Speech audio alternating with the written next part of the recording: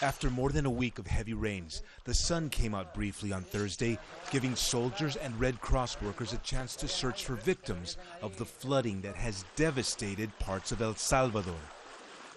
One of them was this 11-year-old boy, whose thin body was swept away by the raging waters.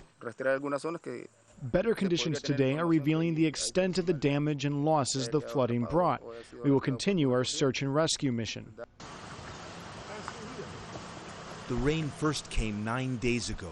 It started as a light downpour, but that didn't last long. Soon, rivers overflowed past their banks, damaging property and displacing people. The government says at least 50,000 are now homeless. Other countries in the region have also been hard hit by the powerful rainstorms. Over 150,000 people have been displaced in Guatemala. Emergency zones were also declared in Mexico, where hundreds of thousands have also been affected. But El Salvador has suffered most from these floods. On Thursday, President Mauricio Funes visited the Bajo Lempa region, among the hardest hit in this Central American nation.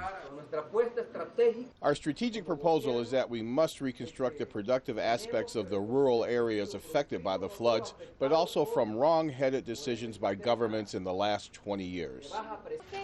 At this government relief shelter, volunteers are working around the clock to quickly bring food, water, medicines, and even makeshift beds to people in the most affected areas of the country. Aid has also been coming from international organizations, including the United Nations. Much of that will go to people who are now living in shelters like this one at a local school. This woman says she and her family lost everything when the floodwaters entered their home. It took us many years of hard work to get the few things we had, and we have lost all of it. These children might be able to forget the crisis their families are facing.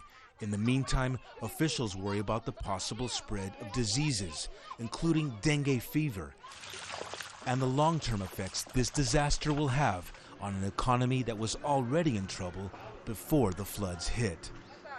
Franc Contreras, Al Jazeera, Usulutan, El Salvador.